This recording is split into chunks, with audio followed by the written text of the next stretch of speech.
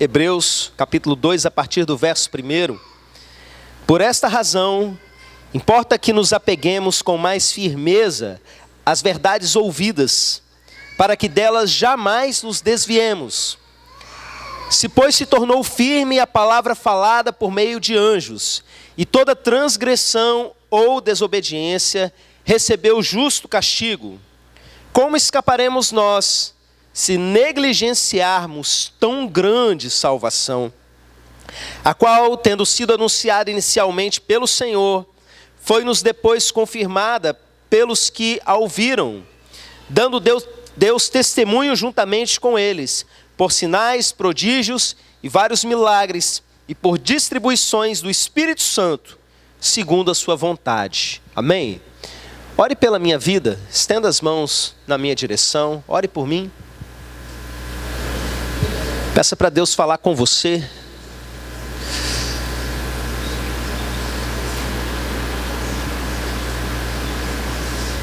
Pai, fala aqui nessa noite, em nome de Jesus, aconteça o que acontecer, fala. Não deixa ninguém dormir nessa noite para não ouvir o que o Senhor tem para dizer. Em nome de Jesus, que a Tua palavra penetre nos corações e transforme vidas, meu Pai. Em nome de Jesus, amém. Amém. Irmãos, esse texto que ele é o ponto de partida para a mensagem dessa noite, o escritor de Hebreus, ele está fazendo uma comparação entre aquilo que era a antiga aliança e a nova aliança. E que a antiga aliança, ela foi entregue aos homens por meio de anjos. E que homens, tendo transgredido e desobedecido esses antigos mandamentos, eles receberam de Deus uma coisa que o texto chama de justo juízo. Juízo de Deus é julgamento, é castigo. E entenda que vindo de Deus é algo justo. Ou seja, Deus manda os anjos dele para entregarem uma mensagem. E as pessoas sabem que o anjo entregou, sabem que a mensagem vem de Deus. E elas decidem não seguir aquilo. O que acontece? Justo juízo. E ele tinha já dito anteriormente no texto que o Senhor, nesses últimos dias, vinha falando conosco pelo Filho. E ele fala, olha, nesse tempo, o próprio Senhor entregou para a gente a mensagem. E não só isso, nós tivemos o testemunho daqueles que conviveram com Ele. E não só isso, nós tivemos sinais, uma porção de coisa para provar que aquilo, o evangelho que estava sendo pregado, é verdade. E não só isso, mesmo que você não tenha encontrado um dos apóstolos, ou tido contato com um texto que ele deixou escrito, nós temos a evidência do Espírito Santo derramado sobre a igreja, e ainda fazendo sinais. E aí ele chega e diz o seguinte, e se aqueles que simplesmente ouviram de anjo, receberam justo juízo, como nós escaparemos, se negligenciarmos a salvação?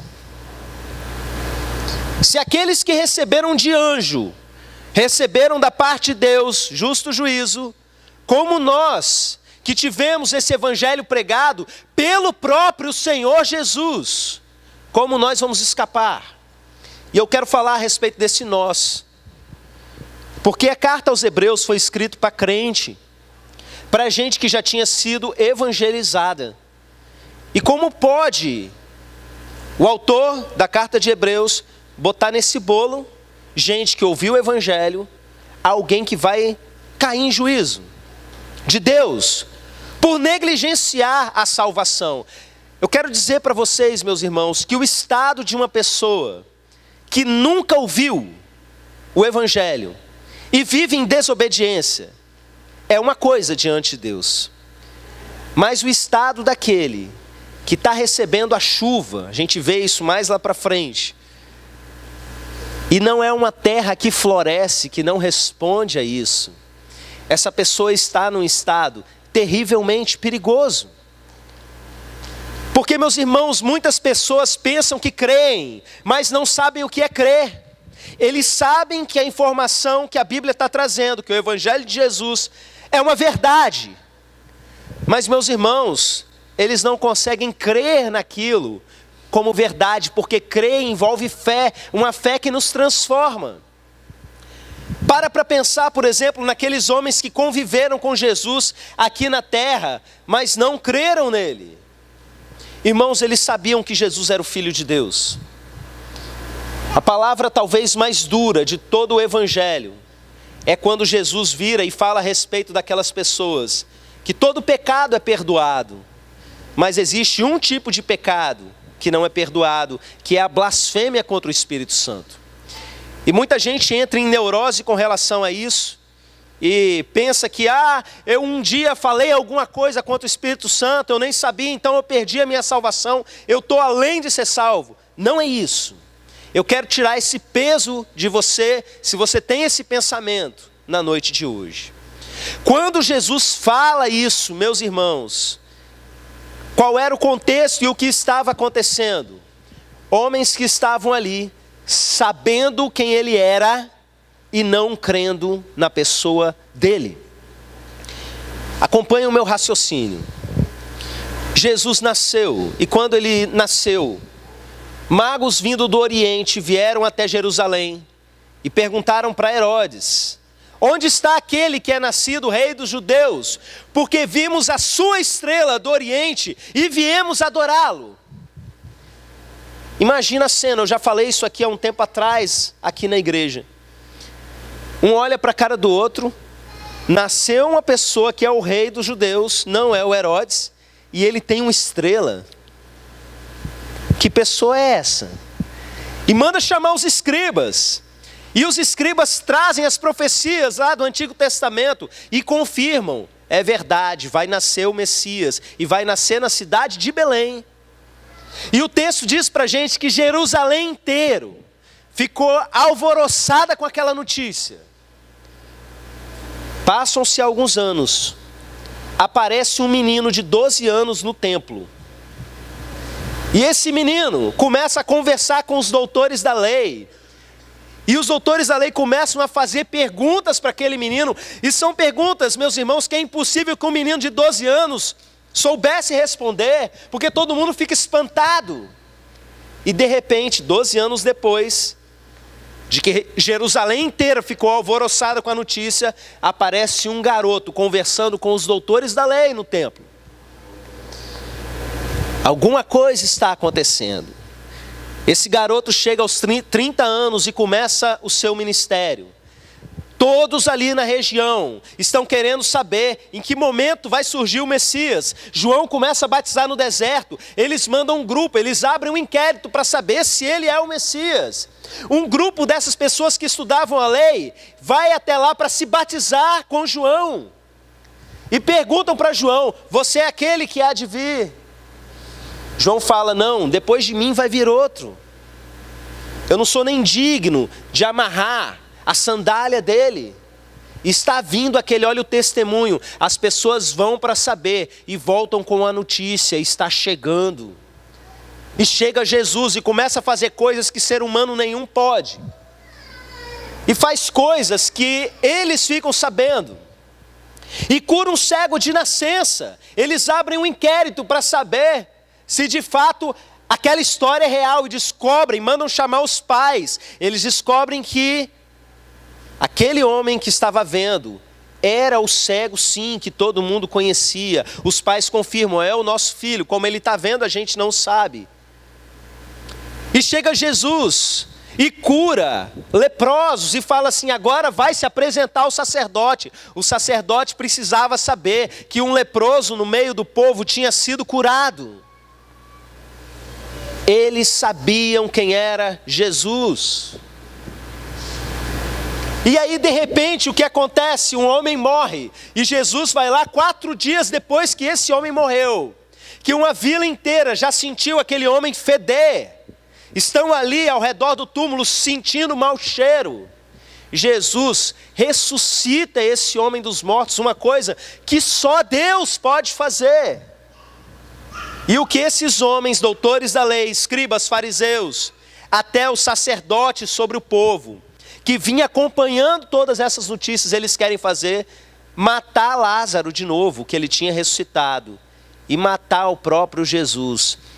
Eles sabiam quem ele era, mas eles não criam.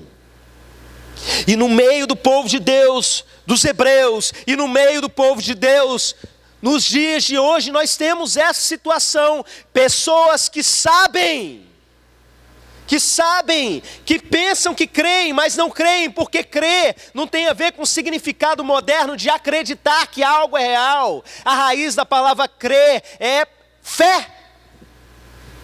E se você não tem fé que aquilo modifica a sua vida, que a mensagem de Jesus transforma a sua vida, você é alguém que se encontra na mesma situação, está no meio do povo de Deus, é chamado de povo de Deus, todo mundo pensa que é povo de Deus, mas você não crê. Como é que a gente sabe disso? Porque você tem uma vida e você tem práticas que se igualam àqueles que nunca conheceram a Jesus. É simples. É simples. Se alguém está em Cristo, nova criação é. Nova criatura é. As coisas velhas passaram, tudo se fez novo. Se isso não aconteceu com você, meu filho, minha filha, você se encontra nessa situação. Por quê? Porque você está negligenciando grande salvação. O grande problema do nosso tempo são de falsos crentes. São pessoas que se declaram pessoas de Deus, mas na verdade fazem coisas que provocam blasfêmia lá fora, que faz com que as pessoas que não conhecem a Cristo blasfemem de Cristo. Por quê? Porque a identidade das pessoas, a maneira como as pessoas vivem, não tem nada a ver com o evangelho que Jesus pregou. Eu não estou aqui nessa noite querendo provocar culpa e medo em vocês. Essas são as armas da religião. A religião, de uma maneira geral, elas gostam de controle. Religião quer adeptos. Religião quer que as pessoas se acheguem. E controla a vida delas, colocando medo sobre o povo e jogando culpa sobre o povo. E isso gera as reações mais bizarras ao longo da história do mundo. Eu vi cenas chocantes de pessoas se autoflagelando para conseguir o poder ou o perdão de Deus. Eu vi pessoas entrando em neuroses profundas por culpas que elas não precisavam carregar. Esse é um extremo da coisa.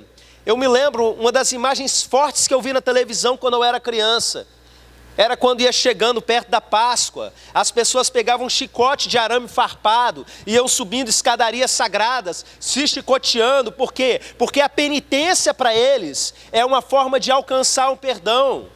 Eles querem pagar de novo por algo que Jesus já pagou, e vivem debaixo de uma escravidão terrível. Não é isso que nós queremos. Nós não queremos adeptos. Eu não gosto de controle.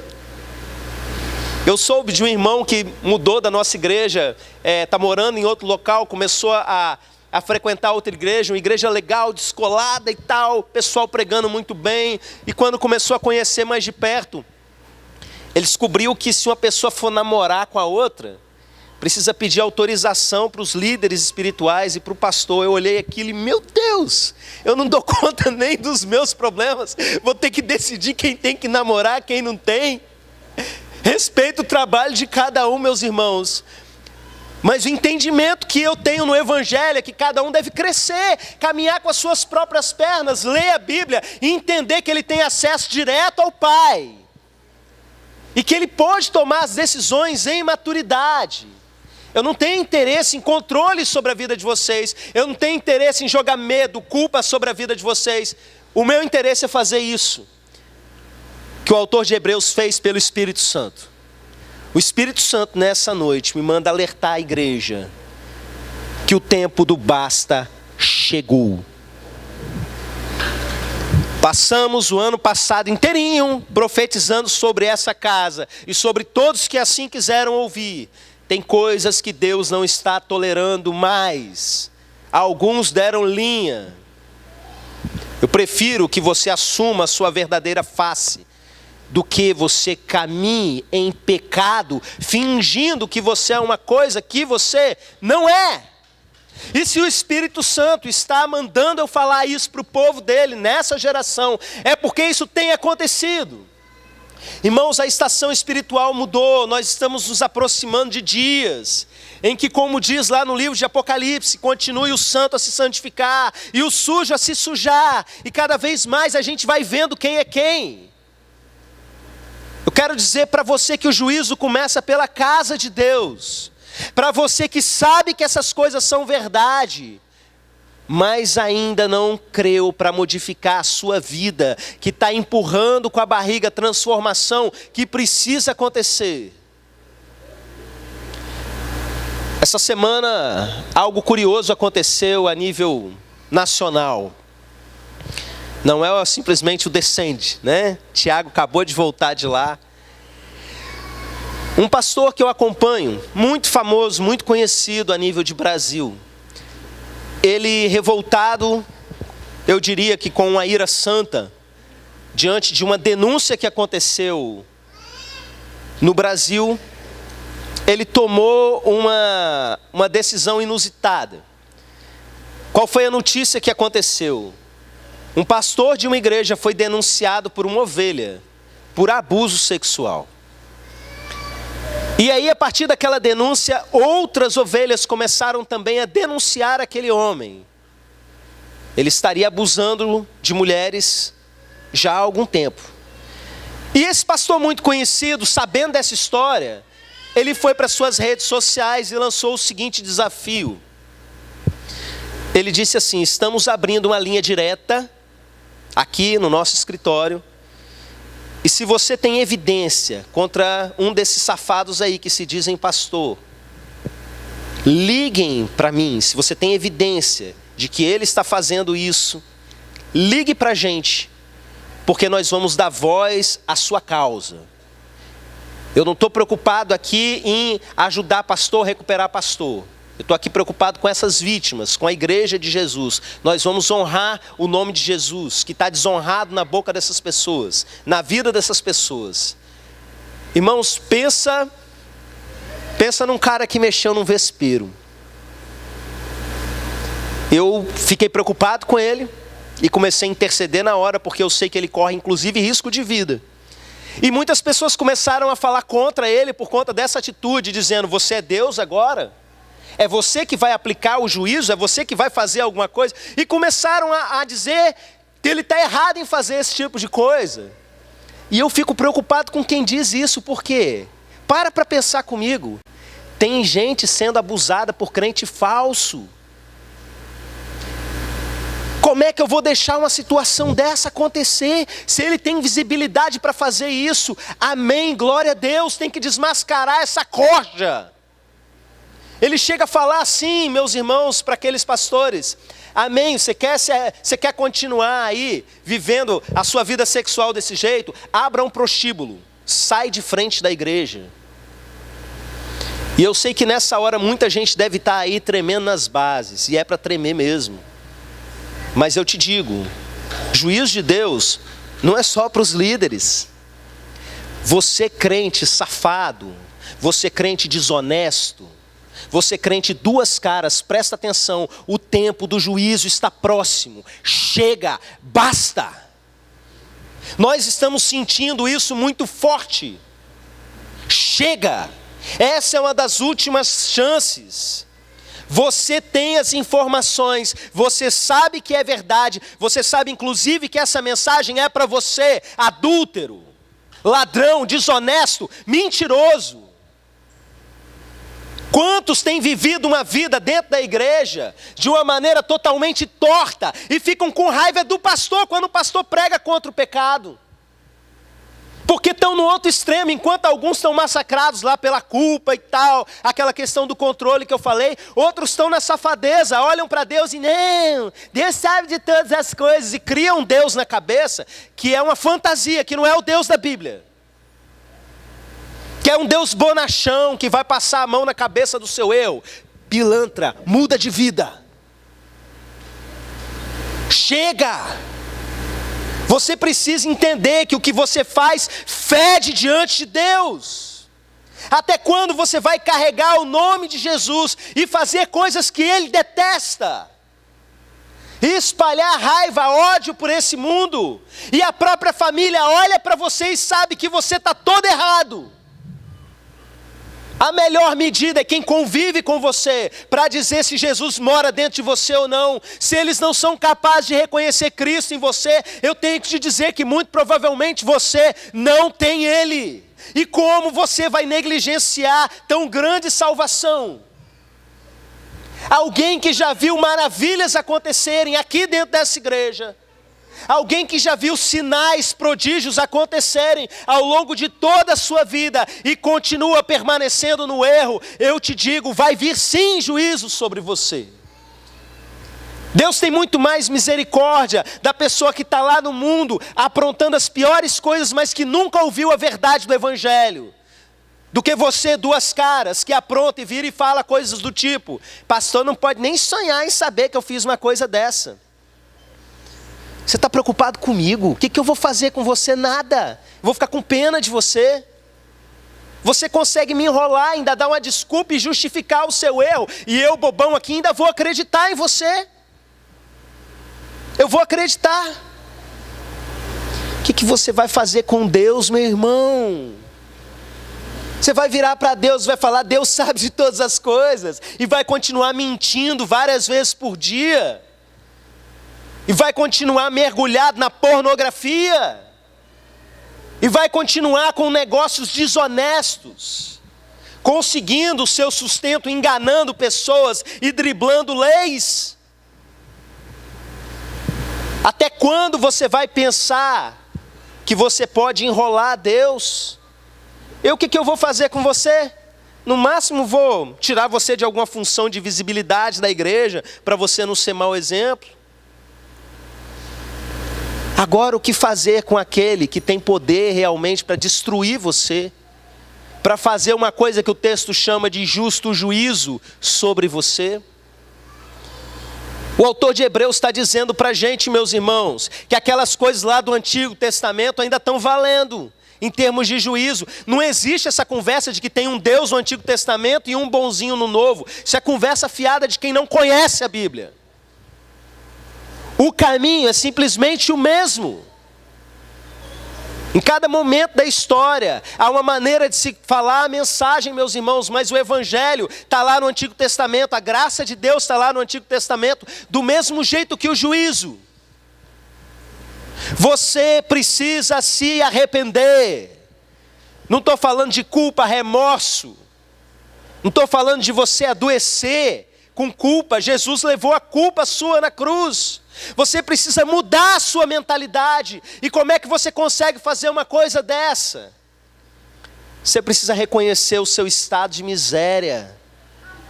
Você precisa parar de ficar se justificando, de dizer que a mentira que você conta é uma mentira necessária, que você trai o seu marido, mas Deus sabe o que você estava vivendo, e todo tipo de bobagem que se usa para se justificar. Essas coisas, meus irmãos, estão na gente desde lá do Jardim do Éden, mas nos dias de hoje a coisa virou terrível. Há um ano atrás, nós estávamos aqui acampados com um grupo de crianças, dormindo aqui na igreja. Em um determinado momento, um garotinho de 8 anos deu um soco no outro. E as tias interferiram, foram descobrir o que estava acontecendo. Meu filho, por que você bateu no seu coleguinha? Você sabe o que ele respondeu? Eu tenho um problema nessa área. Eu tenho um problema nessa área. Novinho, já psicologizando o pecado, sabe? Porque se você tem um problema, você precisa de uma terapia. Você não precisa de arrepender, de falar: você é violento, toma vergonha na sua cara. Isso que você está fazendo é ruim diante de Deus. Você está atraindo o juízo de Deus sobre a sua vida. Arrependa-se. Corrija a criança, ela precisa se arrepender. Irmãos, tem casos que é terapia mesmo, eu creio, eu convivo, eu encaminho certas ovelhas para psicólogo, porque eu sei que ali as coisas já estão desorganizadas, o Tico e o Teco já não estão conversando direito. Mas o que eu estou falando aqui de uma maneira geral, meus irmãos, é de pouca vergonha mesmo. Pecado você não resolve com terapia. Pecado você resolve com arrependimento. Pecado você não resolve com culpa, porque Jesus já pagou por isso. Pecado você resolve com mudança de atitude. Para isso você precisa parar de dizer: ó, mulher que tu me deste, a serpente me enganou, como foi feito lá no Éden. Você bate a mão no seu peito e diz: fui eu que sou essa pessoa ruim que está sendo dito na mensagem. Você não quer que ninguém diga que você é um canalha, diga você mesmo, se você faz coisas de canalice.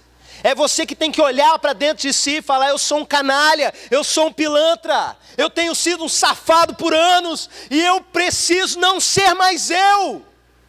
A única forma de você mudar de vida é você morrer dessa coisa que você é, cheia de coisa errada, cheia de pecado, para que Jesus viva em você. Não quero botar peso sobre a igreja, não é isso. Eu quero colocar liberdade, libertação. Seja crente de verdade, as coisas vão ficar difíceis. Morra para essa vida que você está tendo. Aquilo que você faz em oculto, que é vergonhoso diante de Deus, você está fazendo diante dele. Você quer cura sobre a sua vida, você quer libertação. Assuma as suas responsabilidades, porque o reino de Deus é um reino de responsabilidade. Assuma quem você é, assuma o que você faz, assuma inclusive que você não é crente. Você que vive uma vida de não crente, entenda isso. Não é porque você crê no sentido moderno da palavra que você está salvo. Você realmente teve essa fé para nascer de novo. Como eu já ensinei aqui em alguns momentos, você creu para dentro de Deus, para dentro de Jesus. Jesus de fato está aí dentro de você. Ou você é só um religioso mascarado, vivendo uma vida dentro da religião, fingindo que é uma coisa que na verdade você não é. Você pode me enganar, e você vai fazer isso enquanto Deus permitir. E às vezes Ele permite para acumular juízo sobre a sua cabeça. Você pode conseguir me enganar, você pode enrolar os seus irmãos, talvez até algumas pessoas dentro da sua casa, você ainda consiga fazer isso. Mas como você vai escapar se você negligenciar tão grande salvação, o braço que o Senhor estende sobre você? Basta, está acabando. O ano passado foi um ano de anúncio a respeito disso. Está fechando o cerco. Nós temos entendido que muitos impérios religiosos, feitos em nome de Jesus, sem Jesus tem nada a ver com aquilo, vai cair nos próximos dias, vão cair nos próximos dias. Vão desmoronar ao longo desse tempo, dessa estação espiritual. Mas pessoas que estão dentro da casa de Deus, impedindo o agir de Deus. Pessoas que estão fazendo o nome de Jesus ser blasfemado. Por terem uma vida podre e dizerem que são crentes. Pessoas que estão dentro da igreja corrompendo outros crentes, corrompendo novos crentes. Eu digo para vocês, acabou. Ou você se arrepende, ou essas palavras elas vão se cumprir sobre você. Eu não quero que você mude simplesmente por uma questão de medo. Presta atenção, a gente cantou aqui hoje. Não é pelo medo, o verdadeiro amor lança fora todo medo. Mas eu tenho que te dizer que você não ama Deus coisa nenhuma. Você que se encontra nesse estado que eu estou descrevendo aqui, baseado nesse texto, o amor de Deus não está em você. Então você faz as coisas que são cometidas por pessoas que se dizem servas do Senhor. Eu não estou falando isso porque eu sei da vida de alguns aqui não, meus irmãos. Não sei nada, tem gente aqui que eu estou vendo pela primeira vez. Eu estou entregando essa mensagem porque eu entendo que ela é a mensagem para essa noite, para esse tempo, para o dia de hoje, sobre a vida de cada um de nós. Então, eu vou repetir a leitura do texto.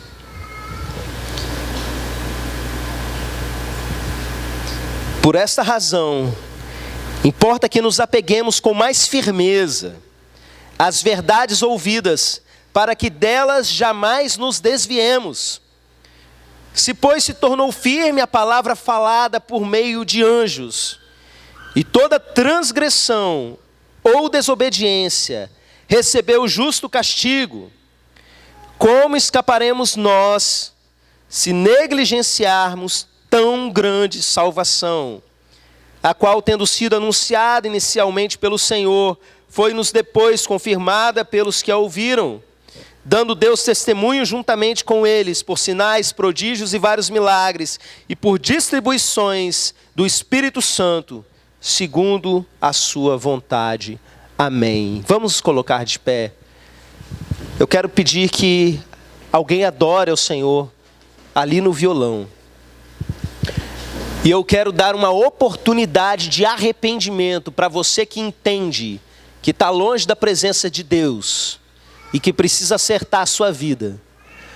Não importa se você já é da igreja, se você já é batizado nessa igreja, se você serve nessa igreja, se você tem uma visibilidade nessa igreja, não interessa.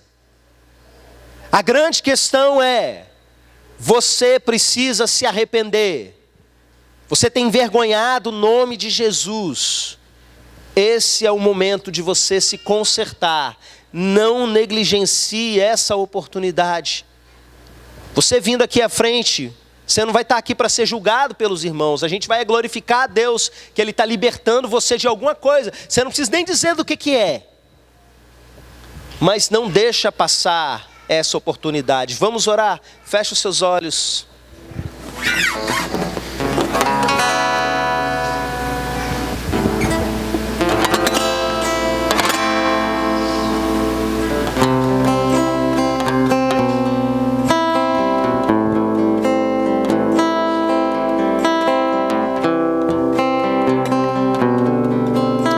Espírito Santo, eu entendo que a minha parte de entregar a mensagem, ela foi feita. E eu peço ao Senhor que vá quebrantando corações nesse momento. E vá revelando quem precisa de transformação. Quem precisa olhar para dentro de si e reconhecer a sua própria podridão. Que eles entendam que isso é uma questão de vida ou morte.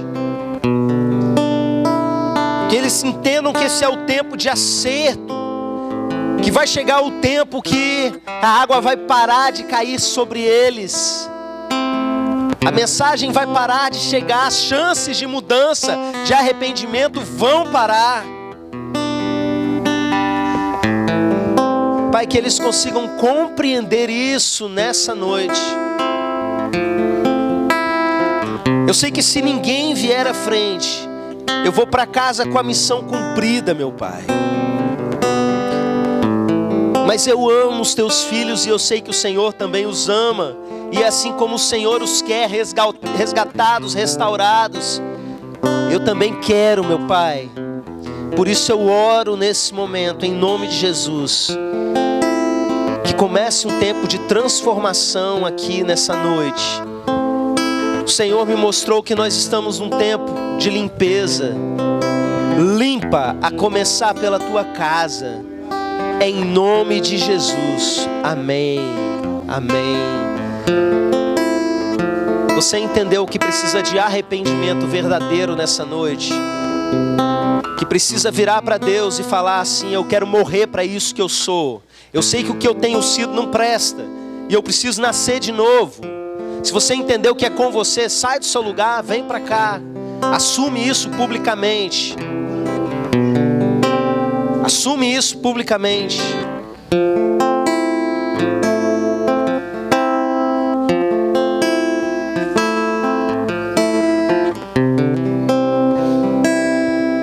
Alguns olham essas pessoas se aproximando e talvez talvez comecem a julgar, mas elas mesmas deveriam estar aqui.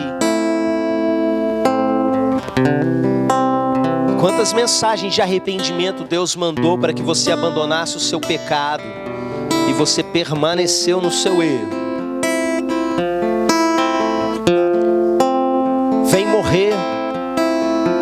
Vem morrer para tudo de errado que está dentro de você e viver para Jesus. Se a semente não morrer, ela não tem como crescer. Acerta a sua vida.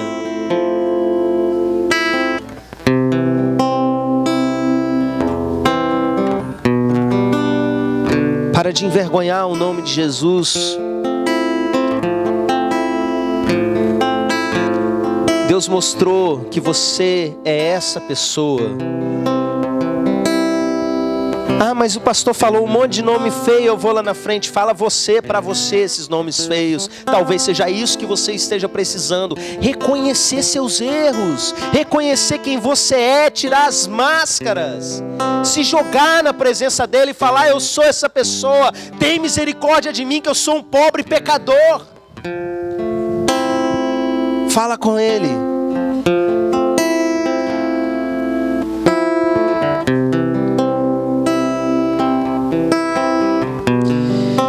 Ah, meu Pai, a palavra foi entregue. E o desejo do nosso coração é que ela frutifique. Que eles morram para toda prática detestável, abominável pelo Senhor. Que eles morram para todo ódio, para toda rebeldia, desobediência, imoralidade. Que eles morram para todo tipo de mundanismo que habita nos corações. Que essa seja uma noite de novo nascimento, de transformação. Que eles não venham caminhar com o Senhor por medo, mas que eles entrem num relacionamento de amor e fidelidade ao Senhor. Que não se encontre mais mentira nos lábios deles. Em nome de Jesus. Vem fortalecer o teu povo, meu Pai. Vem limpar a tua casa, meu Deus. Venha, meu Pai, transformar. Eu peço sobre cada um desses que confessaram, meu Deus, que precisam do Senhor, que estavam numa situação que não era agradável a Ti. Eu peço sobre todos eles, meu Pai, que eles saiam daqui realmente fortalecidos no Senhor e transformados. Que eles venham viver um tempo novo na vida deles, meu Pai, conscientes da presença, do nome que eles carregam. Em nome de Jesus. E nesse momento eu quero concordar com a tua igreja, aqueles que sabem que realmente nasceram de novo e têm vivido conforme a tua palavra. Nós oramos: vem, Senhor. Chega de tanta iniquidade, chega de tanta gente envergonhando o teu nome, ganhando dinheiro usando o teu nome, abusando de pessoas usando o teu nome, mentindo, roubando, trapaceando e usando o teu nome. Basta dessas coisas, meu Deus. Que a gente veja esses sinais, meu Pai, nos próximos dias se cumprindo em toda a região onde o teu nome tem sido difamado, meu Pai. E que a verdadeira igreja do Senhor, independente do nome de placa que se carregue, que seja fortalecida, purificada, preparada para a tua vinda, em nome de Jesus. Amém. Amém.